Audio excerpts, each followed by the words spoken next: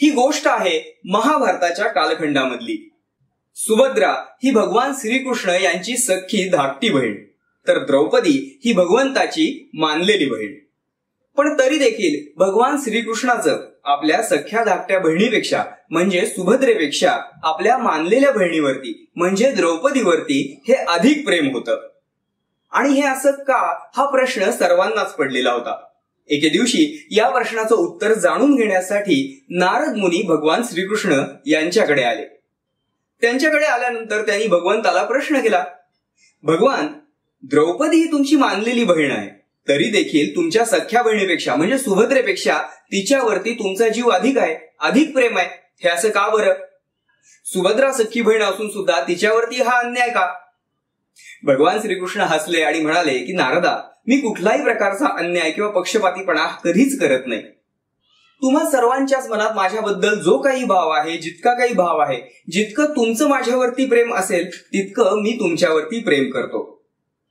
स्वाभाविकच सुभद्रेपेक्षा द्रौपदीचं माझ्यावर जास्त प्रेम असेल, तिच्या मनामध्ये माझ्याबद्दल सुभद्रेपेक्षा सुद्धा जास्त प्रेमळ भाव असेल आणि कदाचित म्हणूनच माझं देखील तिच्यावर जास्त प्रेम आहे असं तुम्हाला वाटत असावं। नारद मुनींना काही हे उत्तर पटलं नाही।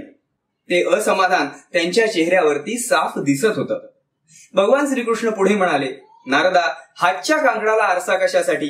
मी तुला छोटासा एक प्रयोग सांगतो, तो प्रयोग जाऊन तू कर आणि मग माझ्या बोलण्यातील सत्यता ही तुझ्या लक्षात येईल।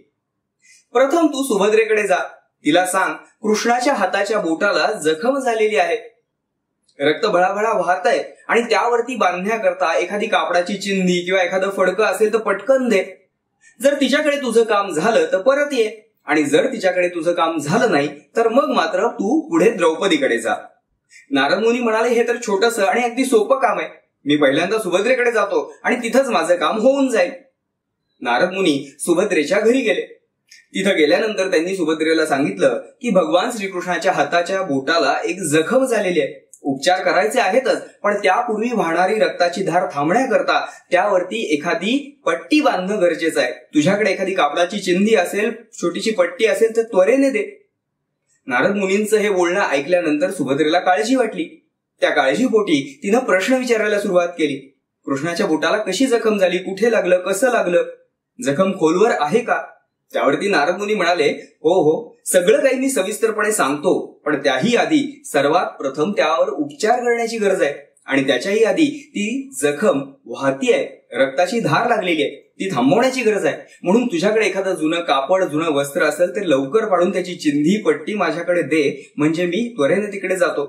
त्यावरती सुभद्रा म्हणाली की मुनिवर, माझ्याकडे जुने कपडे, जुनी वस्त्र ही नाहीतच, मी सारी जुनी वस्त्र, कपडे हे माझ्या सेवकांना, दासदासींना देऊन टाकलेले आहेत आणि आता माझ्याकडे सगळी भरजरी वस्त्र आहेत, त्यामुळे मला कापडाची चिंधी देता येणार नाही। नारद मुनी खिन्न मनाने ठीक आहे म्हणाले आणि तिथून निघाले। मग नारद मुनी पुढे द्रौपदीकडे आले। द्रौपदीकडे आल्यानंतर ते द्रौपदीला म्हणाले की द्रौपदी, भगवान श्रीकृष्णाच्या हाताच्या बोटाला जखम झालेली आहे। कृष्णाच्या बोटाला जखम झाली हे वाक्य ऐकता क्षणी द्रौपदीच्या डोळ्यातून अश्रू वाहू लागले। ती त्वरेने आपल्या कक्षाकडे धावली। आपल्या कक्षामध्ये गेल्यानंतर हाताला लागेल ते पहिलं वस्त्र तिनं घेतलं आणि क्षणाचाही विलंब न लावता ते फाडून त्याची चिंधी करून नारद मुनींच्या हातामध्ये तिनं ठेवली। नारद मुनी म्हणाले, अगं, कृष्णाच्या बोटाला साधी जखम झाली, थोडंसं रक्त वाहत आहे, पण त्याकरता या त्रिभुवनामध्ये मौल्यवान असलेला भरजरी शालू तू क्षणार्धामध्ये फाडलास, एवढं कशासाठी? नारद मुनींचं हे बोलणं ऐकून द्रौपदी त्यांना म्हणाली, मुनिवर, भगवान श्रीकृष्ण हा खरं तर माझा कोण आहे, पण आज त्यानं मला त्याची बहीण मानलेलं आहे। कौरवांच्या विरुद्ध खेळल्या जाणाऱ्या द्यूतामध्ये जेव्हा पांडव पराभूत झाले आणि दुर्योधन व दुःशासन या दोन नराधमांमुळे माझ्यावरती जेव्हा वस्त्रहरणाचा भयंकर प्रसंग ओढवला, त्यावेळेला हा माझा मानलेला भाऊ, हा माझा श्रीकृष्ण, हा माझा श्रीहरी माझ्या मदतीला धावून आला। माझी लाज राखण्याकरता त्यानं मला अमाप वस्त्र पुरवलं आणि आज मात्र त्याच्या बोटाला जखम झालीये, त्यातून भळाभळा रक्त वाहतंय, म्हणून त्यावर बांधण्यासाठी चिंधी पाहिजे म्हणून तुम्ही माझ्याकडे आलात। अशा प्रसंगी त्याच्यावर उपचार होणं हे माझ्या दृष्टीनं जास्त महत्वाचं आहे। माझ्या दृष्टीनं त्रैलोक्यामध्ये मौल्यवान असलेल्या त्या भरजरी वस्त्राची किंमत सुद्धा शून्य आहे। आज जर का माझ्याकडे दुसरं एखादं कापड सुद्धा नसतं तर मी माझ्या काळजाची चिंधी काढून त्याच्यासाठी दिली असती। एवढं माझ्या श्रीकृष्णाचं, एवढं माझ्या श्रीहरीचं माझ्यावरती ऋण आहे। द्रौपदीचं हे बोलणं ऐकून नारद मुनींच्या डोळ्यात सुद्धा पाणी आलं. भगवान श्रीकृष्ण जे मगाशी बोलले होते त्या बोलण्यातील सत्यता आता त्यांना पटली होती.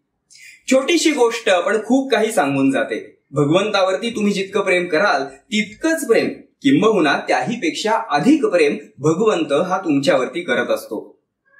देव, ईश्वर, भगवंत तुम्ही माना अगर नका मानू, पण या जगाला चालवणारी जी काही अदृश्य शक्ती आहे, मग त्याला तुम्ही निसर्ग म्हणा किंवा अन्य काहीही म्हणा, अगदी पंचमहाभूत म्हणा, या साऱ्यांबद्दल तुमच्या मनामध्ये जो काही भाव आहे त्यानुसार ही अदृश्य शक्ती, हा निसर्ग, हा भगवंत तुम्हाला त्याचं फळ देत असतो.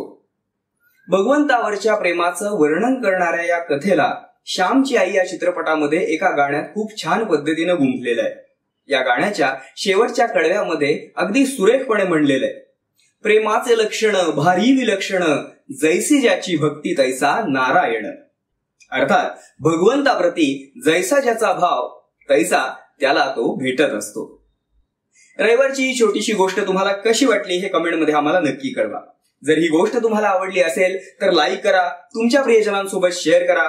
या आणि अशा बोधप्रद प्रेरणादायी गोष्टींचा आनंद घेण्यासाठी आमच्या आविष्कार आर्ट्स अँड क्रिएशन्स या चॅनलला जरूर सबस्क्राईब करा. धन्यवाद.